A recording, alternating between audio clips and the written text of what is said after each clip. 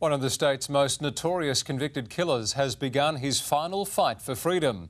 Henry Keogh is pushing for a retrial, with claims the autopsy report on his alleged victim had several failings. The hopes of a convicted killer rest on Professor Derek Pounder, a forensic pathologist flown in from the UK to give evidence at Henry Keogh's final avenue for appeal.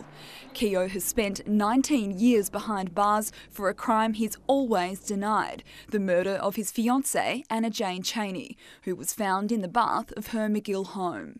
I'm very confident that an appeal will be allowed in this case because the evidence in relation to the errors that existed at trial have grown much stronger. Many of those errors, according to Professor Pounder, traced to the autopsy report. He says it was well below standard. He believes bruises on the back of her neck were caused during the autopsy and doesn't agree 3 small bruises on her leg were consistent with a hand grip, arguing there was no evidence she was held underwater. Professor Pounder said based on the evidence, he would have attributed the death to an accident. And while it could have been a cardiac failure, the heart was never weighed or sent away for further testing.